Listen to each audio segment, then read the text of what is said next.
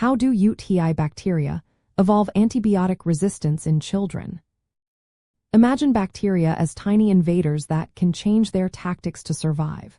When children get urinary tract infections, bacteria like Escherichia coli, Klebsiella pneumoniae, and Enterococcus faecalis are often the culprits. These bacteria can become resistant to antibiotics, making infections harder to treat. They do this mainly through genetic changes that help them withstand the medicines meant to kill them. One way bacteria evolve resistance is through mutations. These are small, spontaneous changes in their DNA that can alter parts of the bacteria targeted by antibiotics. For example, if an antibiotic is designed to attack a specific protein in the bacteria, a mutation might change that protein so the drug no longer fits. This makes the bacteria less vulnerable. Another important process is called horizontal gene transfer. Bacteria can share resistance genes with each other using tiny DNA pieces called plasmids. These plasmids can carry instructions that make bacteria resistant to multiple antibiotics. When bacteria exchange these plasmids, resistance can spread quickly through a bacterial community, even across different species. The third factor is the use of antibiotics itself.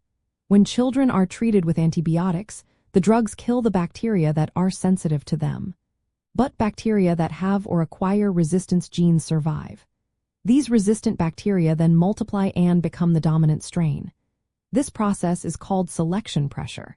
If antibiotics are used improperly or for too long, it can give resistant bacteria an advantage, allowing them to take over. In children with recurrent urinary tract infections, sometimes doctors prescribe antibiotics regularly to prevent infections. However, this can unintentionally promote resistance because bacteria are exposed to antibiotics repeatedly or at low levels, which encourages resistant strains to develop. Studies show that this approach does not always reduce infections and can lead to more resistant bacteria. Resistance is increasingly seen against common antibiotics like ampicillin, trimethoprim sulfamethoxazole, and certain cephalosporins. For example, E. coli strains are showing higher resistance to drugs like cefuroxime, which makes choosing the right treatment more challenging. Enterococcus bacteria can also resist antibiotics like gentamicin, often due to both their natural traits and acquired resistance genes. Overall, bacteria in children's urinary tracts evolve resistance through genetic mutations and gene sharing, especially when exposed to antibiotics. This evolution makes it more difficult to treat infections effectively. That's why healthcare providers emphasize careful antibiotic use, monitoring local resistance patterns, and updating treatment guidelines. If your child has a urinary tract infection, always follow your doctor's advice and never use antibiotics without proper medical guidance.